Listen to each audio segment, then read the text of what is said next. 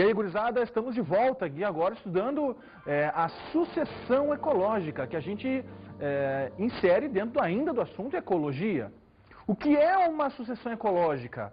Na natureza, nada aparece por acaso. O nosso planeta, nos moldes e no formato que nós encontramos atualmente, ele não surgiu do dia para a noite, ou de um mês para o outro, ou de um ano para o outro, ou até mesmo de um século para o outro. Ele é resultado de uma sequência, de uma sucessão de seres vivos que foram tomando conta aos poucos, até que formaram e formam hoje o que nós vemos, nos diferentes aspectos, nos diferentes locais do nosso planeta Terra. Assim nós temos a Mata Atlântica, assim nós temos a Floresta Amazônica, assim nós temos o Cerrado, em nível global nós temos o deserto do Saara, nós temos as savanas, nós temos as tundras, enfim, daqui a pouco a gente fala um pouco mais disso. Mas o formato biológico que nós encontramos no planeta Terra hoje, ele é resultado de sucessivas, até é redundante, de sucessões, de uma sequência de fatos biológicos, né, que então deram como resultado o que a gente vê. Bom, então esse processo de desenvolvimento é o que nós chamamos de processo de sucessão. Para ilustrar bem o que eu estou falando para vocês, imagine o seguinte: eu ganhei do meu pai, que é trilionário, montado na grana, alguns alqueirinhos de floresta virgem, né, intocada. O que eu vou fazer com essa floresta no alto da minha superconsciência? Eu vou pegar 1 km² dela e vou desmatar tudo. Eu vou tirar tudo. Eu vou passar patrola e depois ainda vou passar por cima uma pequena camada mais significativa, uma camada de piche, de asfalto. Então, no meio da minha mata virgem, eu vou desmatar com tudo e vou deixar 1 km² somente de asfalto. O que vai acontecer no exato momento em que eu terminar o asfaltamento dessa pista? Eu vou abandonar este ambiente inóspito que eu acabei criando no meio do mato e aos poucos a natureza vai tomar conta. Imagine agora, vamos fazer um pequeno exercício de imaginação na nossa cabeça. Se vocês quiserem, inclusive, fechar os olhos, não durmam, mas se quiserem fechar os olhos, vocês podem. Imaginem, olha só, esse cimento no meio-dia, esse asfalto no meio-dia, ele vai ficar abrasivo, quente. Gente, quem é que se atreveria a pisar descalço no meio desse quilômetro² de asfalto? Ia ser muito quente, muito difícil de se gerar vida nesse ambiente. Agora, olha só o que vai acontecer. O ambiente abandonado, os ventos sopram, trazem poeira, chove, a chuva lava. O vento traz mais poeira, a chuva lava. E nessa luta entre o vento trazendo poeira e a chuva lavando, nessa luta, o que aconteceria? Aos poucos, a matéria orgânica, essa poeira, essa pequena terrinha ia começar a se sedimentar nas pequenas frestas deixadas nesse asfalto. Os pássaros voando por cima, o que eles iam fazer? Eles iam defecar em cima. E o que começa a acontecer? Uma lenta deposição de matéria orgânica nesse ambiente. Então imaginem vento soprando, chuva lavando, passarinho passando por cima, defecando. Aos poucos, gente, o vento e as fezes de animais que passam por ali voando vão acabar depositando matéria orgânica e alguns esporos e algumas sementes de algumas plantas. Esses primeiros guerreiros, esses primeiros seres vivos que vão começar a se fixar nessa zona altamente abrasiva e inóspita, nós chamamos de pioneiros. É a comunidade Ecésis. É a comunidade que, por primeiro, tem a melhor condição, apesar de nesse ambiente estar tudo muito quente, de ser um ambiente muito sem água, muito sem condições de gerar vida, mesmo assim eles conseguem se fixar. Quem de vocês nunca viu sobre uma pedra, ou até mesmo sobre telhados de casas, manchas esbranquiçadas, manchas esverdeadas, manchas azuladas, amareladas? O que são essas manchas? Né? Essas manchas são sujeira? Né? Não são sujeira. São um organismo que nós chamamos na biologia de líquens. Os líquens nada mais são do que uma associação mutualística entre algas, cinofícias e fungos. A alga fornece para o fungo alimento e o fungo fornece para a alga a proteção necessária para que esse ser consiga sobreviver nesse ambiente. Os fungos, tá, como é que eles vão parar em cima dos telhados das casas? Como é que essas primeiras espécies elas vão parar nesses ambientes? Como é que então essas espécies pioneiras, essas espécies ecésias, vão começar um desenvolvimento de um ambiente que até então é nu, é cru? Essa comunidade pioneira, essa comunidade ecésias, ela tem como característica a anemocoria. Então, são espécies anemócoras, ou seja, chegam nesse local geralmente através do vento. Dessa forma, os líquens funcionam como espécies pioneiras. E eles começam então a desencadear essa sucessão ecológica.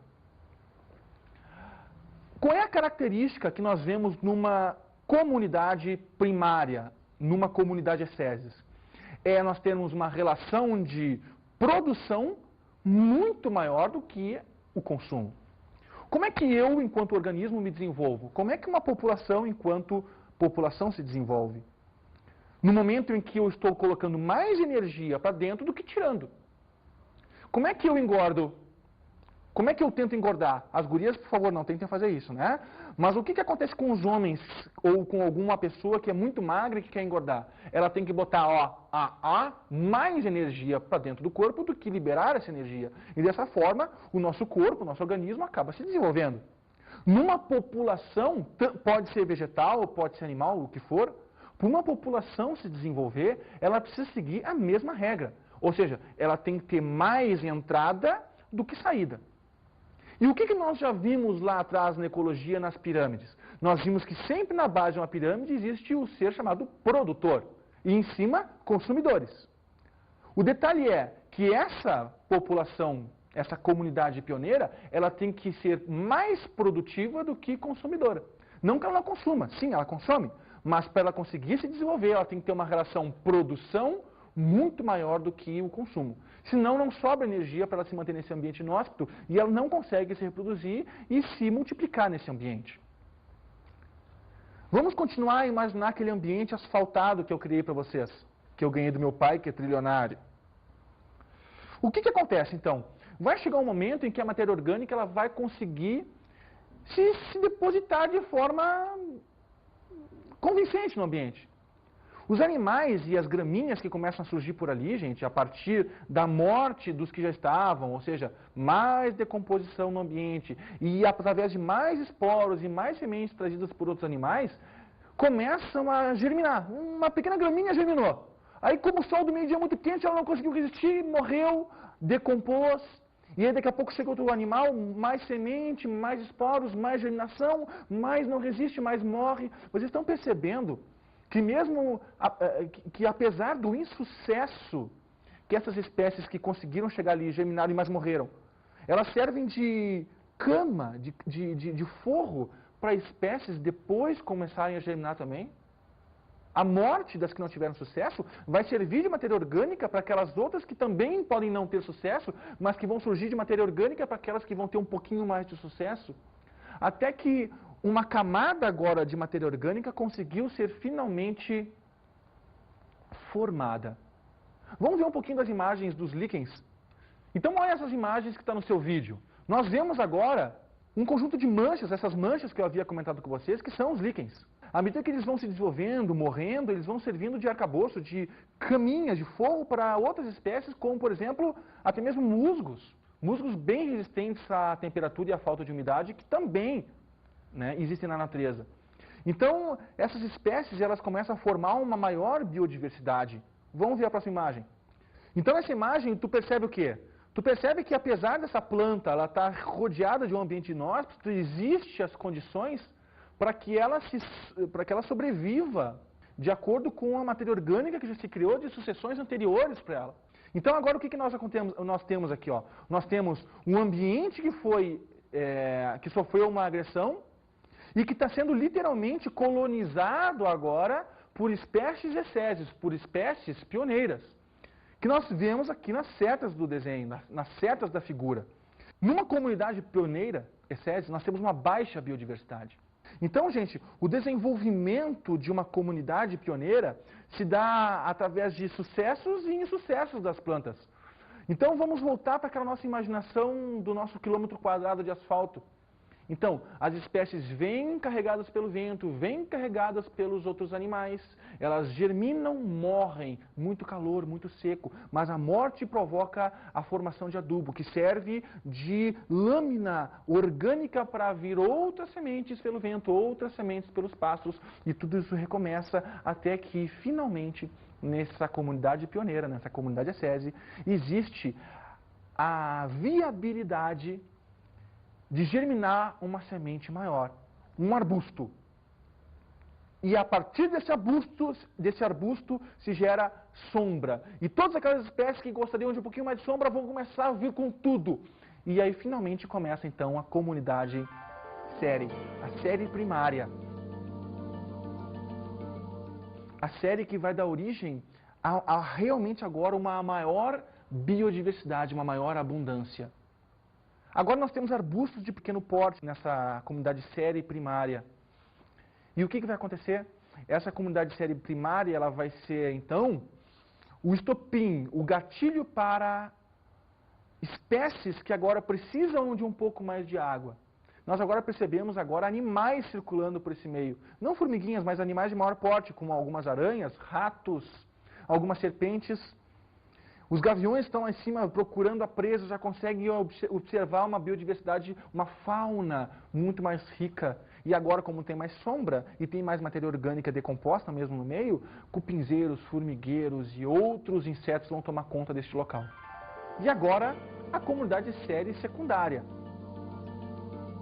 que é formada por arbustos já de maior porte, por algumas árvores já de pequeno porte, né? Onde nós encontramos finalmente uma biodiversidade que é satisfatória, onde nós podemos encontrar onças passeando, onde nós podemos encontrar canídeos, né? Não cachorros, mas canídeos já circulando por esse meio, alguns, enfim, dependendo, é claro, do ambiente que a gente está falando. Para vocês conseguirem visualizar melhor, como exemplo do que eu estou falando, vejam as imagens que agora estão na sua tela aí. Nessa primeira imagem, nós temos uma comunidade secundária inicial, né? Uma comunidade secundária série, né? Primária. Na próxima figura, a mesma comunidade série primária com algumas espécies de bromélia, que é muito comum nesse tipo de comunidade. Bom, aí nós observamos um ambiente rochoso, ou seja, de difícil colonização, justamente com essas bromélias, né? Onde a dificuldade de se reter água é sempre muito grande. Né? Então, isso é o que caracteriza uma comunidade série primária, inicial, ok? Bom, vamos olhar agora as próximas figuras que mostram a comunidade série secundária ou tardia. Bom, nessas comunidades séries secundárias ou tardias, nós já encontramos, como eu falei para vocês, espécies arboríficas, árvores de pequeno porte e arbustos bem maiores. E a circulação já de pequenas espécies de animais, no caso aqui do nosso desenho, a anta.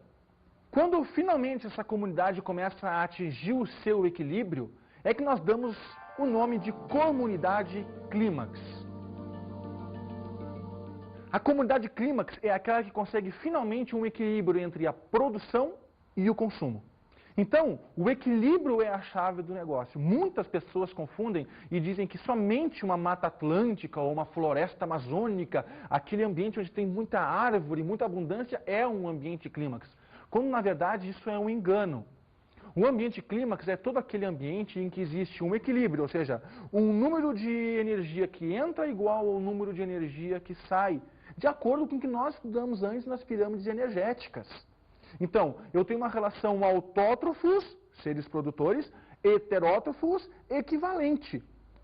Não sobra nem falta. O exemplo disso são os nossos biomas.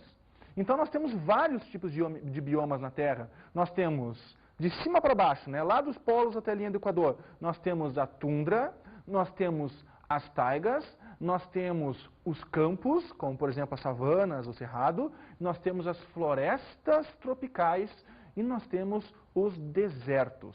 Gente, por incrível que pareça, os desertos, como por exemplo o deserto do Saara, também é um ambiente clímax. Bah, Rogério, mas olha só, não tem planta quase. Queridos amigos, não é a quantidade de planta, mas sim a relação de equilíbrio energético que nós encontramos neste ambiente. É claro que este bioma clímax, ele é resultado das influências que nós chamamos de fatores abióticos, que nós também já vimos na aula passada. Então, por que o deserto do Saara, Rogério, tem essas condições? Bom, a localização no planeta Terra, toda aquela questão da rota dos ventos, da umidade, da salinidade, da granulosidade do solo, da temperatura, tudo isso é decisivo para que num determinado local do planeta se forme ou uma floresta amazônica ou um deserto. Os dois são comunidade clímax. Mas muito bem, vamos falar um pouco do exemplo da floresta amazônica. Vamos supor que a floresta amazônica, e alguns cientistas creem nisso, era um imenso deserto. Então o que acontece? Nessa comunidade pioneira, na comunidade Acésias, que deu origem à comunidade clímax, que é a floresta amazônica, existia pouca retenção de água. Percebam que à medida que vai aumentando o número de organismos no ambiente, eu vou aumentando a minha capacidade de retenção de água. Se eu parto do pressuposto de que todos os seres vivos são, na média, 60%, 70% água, à medida que eu estou botando mais ser vivo e mais número de espécies, ou seja, que eu estou aumentando a minha biodiversidade, eu estou tendo mais retenção de água. Então, é óbvio que a floresta amazônica é úmida pela quantidade, pela biodiversidade de seres que tem ali, porque, em primeiro lugar, elas retêm água no seu corpo. E quanto mais seres eu tenho retendo água no seu corpo, maior vai ser a minha quantidade de transpiração para o ambiente, para a atmosfera. Quanto mais seres transpiram para a atmosfera, mais água se forma onde? Nas camadas superiores. Quanto mais água se acumula, mais precipitação. Por que no deserto do Saara não precipita tanta chuva quanto na Amazônia? Certamente porque tem um número menor de biodiversidade, um número menor, a quantidade de organismos que transpiram e que fazem com que a água, que já é pouca em solo, seja evaporada em formação de nuvens e precipitação. Eu acho que vocês conseguiram entender isso, né? Então, uma maior biodiversidade faz com que um ambiente retenha mais água. Um ambiente que tem mais água vai proporcionar a maior evaporação dessa água para a atmosfera, mais precipitação, e esse ciclo ele não acaba. Ambientes com maior biodiversidade, ambientes mais úmidos. O que não quer dizer, claro, porque o deserto é um ambiente clímax, que deserto não seja. Eu acho que cabe nesse momento da aula um momentozinho de revisão. Afinal de contas, você sabe qual é a diferença entre um ser autotrófico e um heterotrófico? Você, que tipo de ser é? Autotrófico ou heterotrófico? Vamos ver a resposta das suas.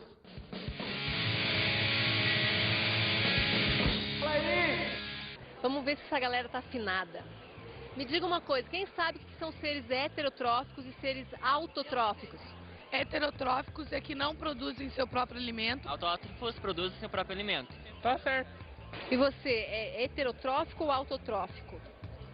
Heterotrófico. Até agora eu continuo sendo heterótrofo, eu não mudei por enquanto. E você faz fotossíntese? Não, Eu faço, é heterotrófico. Você faz? Você não me contou se você é heterotrófico ou autotrófico. Não, heterotrófico. Certeza absoluta? Absoluta. Você sabe me dizer o que são seres heterotróficos e autotróficos? Heterotróficos e autotróficos, eles fazem seu próprio alimento, né? E os outros, eles não produzem seu próprio alimento. Heterotróficos. Não tenho a mínima ideia.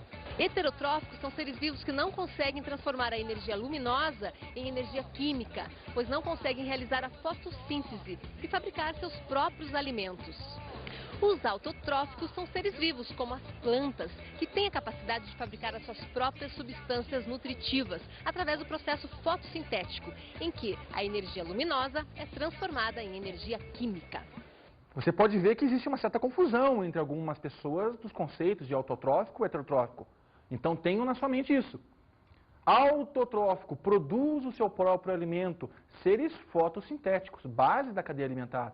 Os heterotróficos são aqueles que, como não produzem seu próprio alimento, têm que pegar esse alimento de um outro ser que produza. No caso, os herbívoros, os carnívoros e os onívoros. Então, gente, esse equilíbrio que nós buscamos entre produção e consumo, entre seres autotróficos e heterotróficos, é o que nós chamamos de homeostase. Esse é o equilíbrio que nós buscamos para termos uma comunidade clímax. Vamos dar uma olhadinha nas imagens de alguns biomas.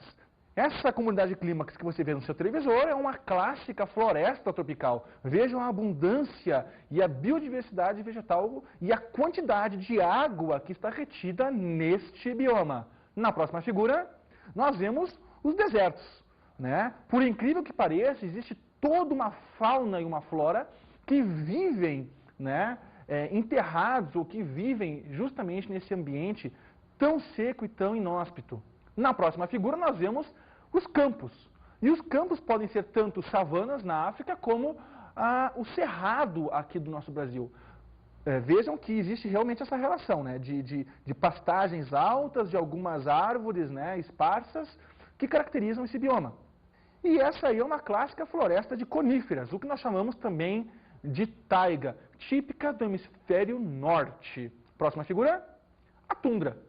A tundra que é feita basicamente por uma vegetação rasteira e que apenas floresce e tem o seu momento de apogeu no verão, lá do hemisfério norte, acima do círculo de Câncer, né, do trópico de Câncer.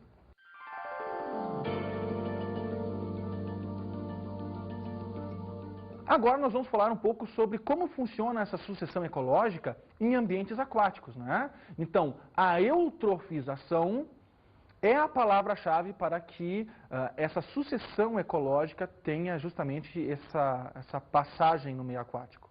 Como vocês podem observar também no desenho do seu televisor, toda lagoa um dia vai virar um pântano e esse pântano vai virar um ambiente de terra firme. Por quê?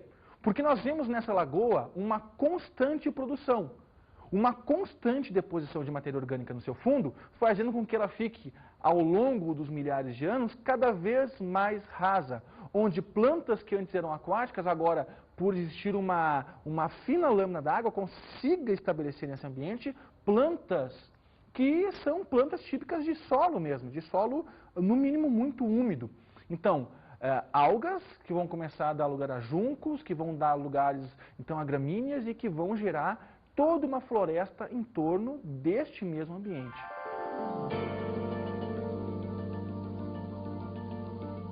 Bom, então esse processo de sucessão biológica, ele pode sofrer interferências naturais nesse processo, né? Como, por exemplo, nas savanas da África. Muitas vezes, quando a savana está bem estabelecida, o que acontece? A época de seca. Nesse momento o pasto fica altamente fragilizado, muito seco. E qualquer raio que cai ali vai desencadear um grande incêndio. Esses incêndios que ocorrem nas savanas são naturais, são de causas naturais, no caso raio. E servem então uma importância muito grande no processo justamente de renovação da vida deste ambiente.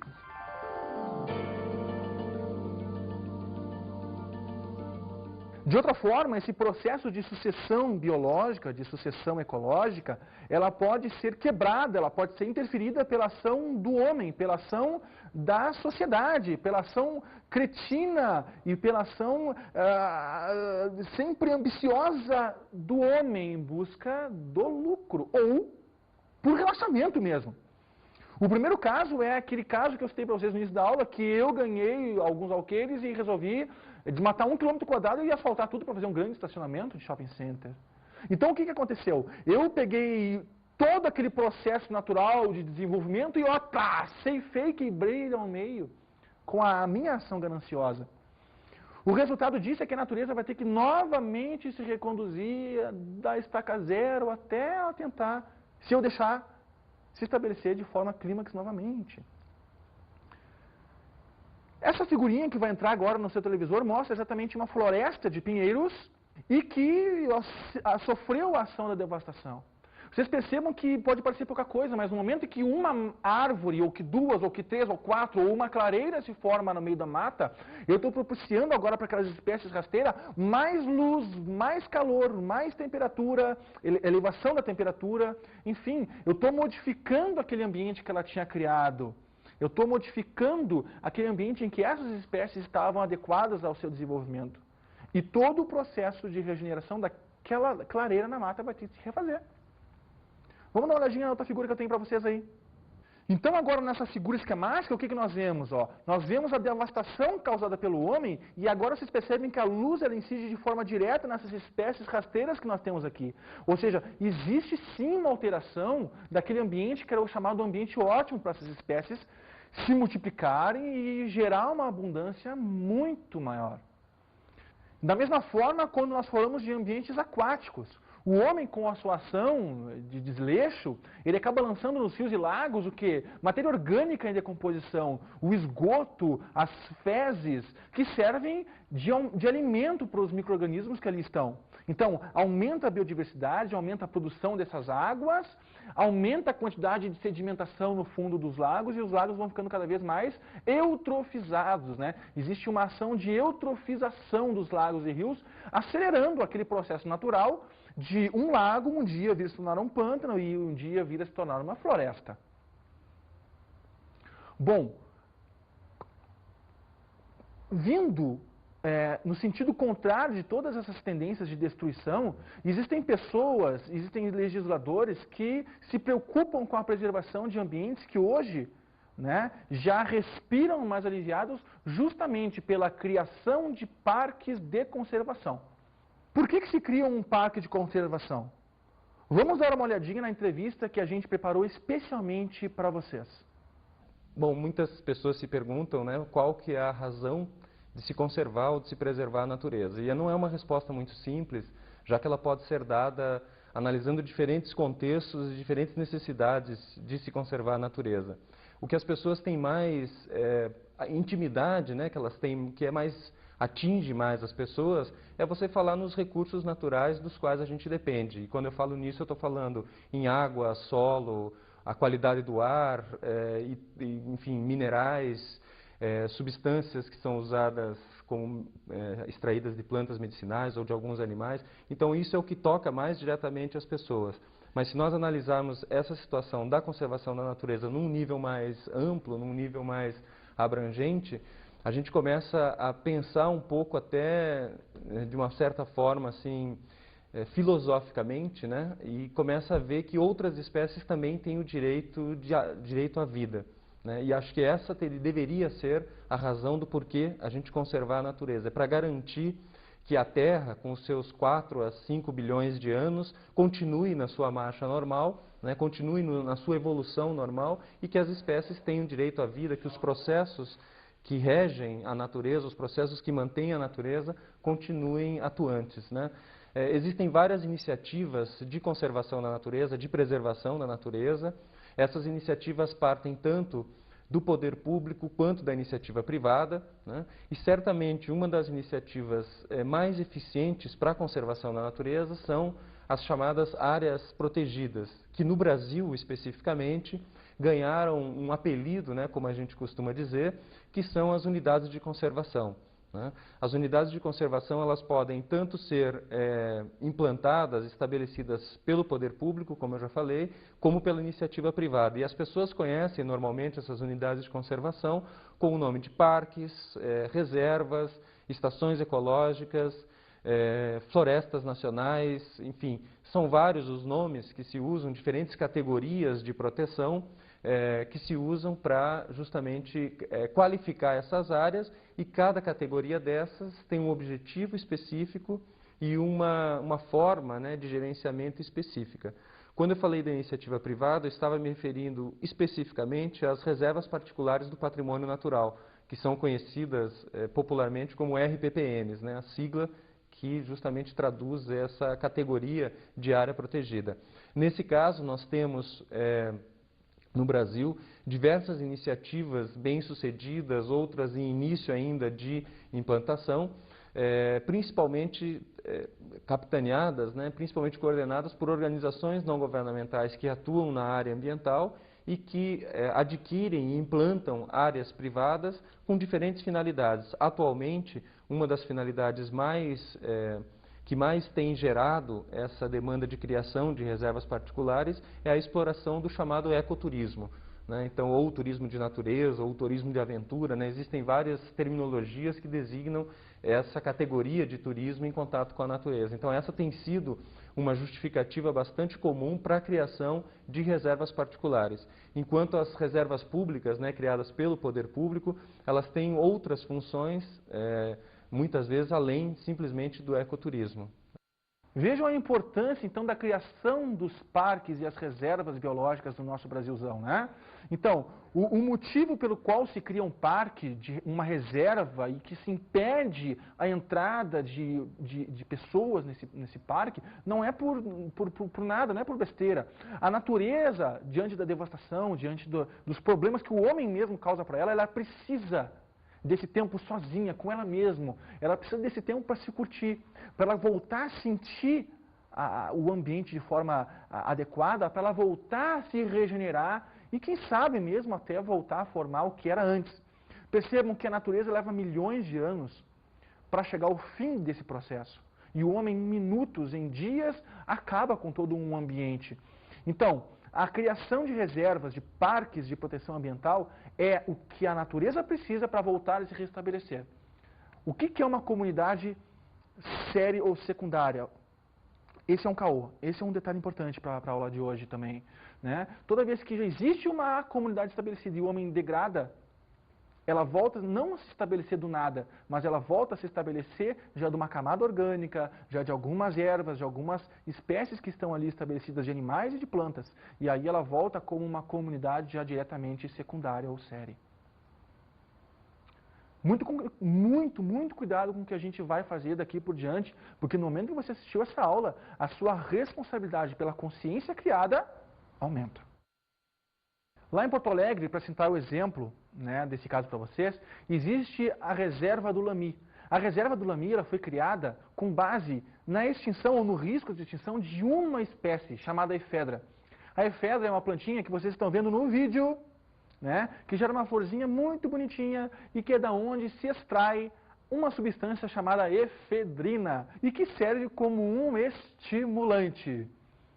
A Reserva do Lami, então, ela foi realmente criada. A legislação toda foi feita somente para a preservação da efedra. Mas é claro que quando a gente cerca o parque para a efedra se multiplicar, a gente também está propiciando com que as outras espécies que estão nesse parque também fiquem preservadas por tabela. E agora vamos para as nossas dicas de estudo.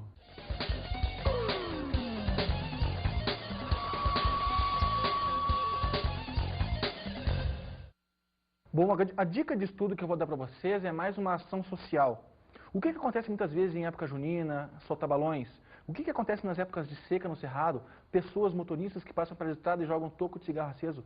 Então, gente, a ação que eu proponho que vocês façam é de conscientização do seu familiar, ou até mesmo a sua conscientização de que fazer isso muitas vezes está interferindo no processo de sucessão biológica, no processo de sucessão natural que as espécies têm no seu meio. Então, gente, vamos esclarecer às pessoas que a ação predatória do homem, ou por desleixo, ou realmente por ganância, é uma coisa que prejudica a natureza e que só vem depois a prejudicar não só o homem, vamos sair um pouco do centro das atenções, mas também todos os animais e vegetais que participam deste bioma. Um grande abraço para vocês e bons estudos!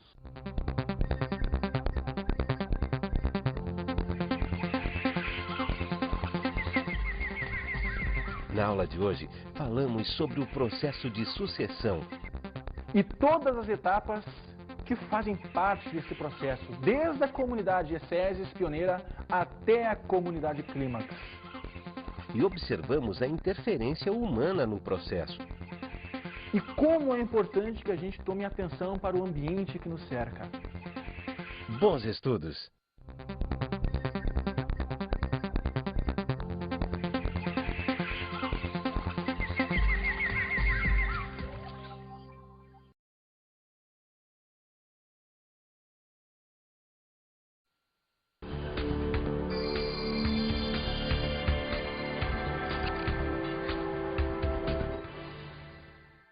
Bom, para mim é importante ressaltar para o aluno sempre essa relação energética de uma comunidade primária, pioneira, Ecésis, ter uma relação de produção muito maior que a relação de consumo, a busca real desse ambiente em buscar o equilíbrio, a homeostase numa comunidade clímax, onde a produção é igual ao consumo.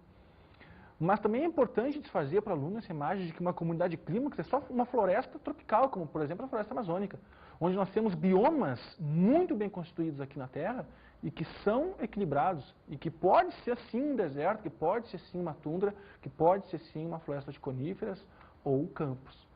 Ok? Então, da minha parte é isso aí.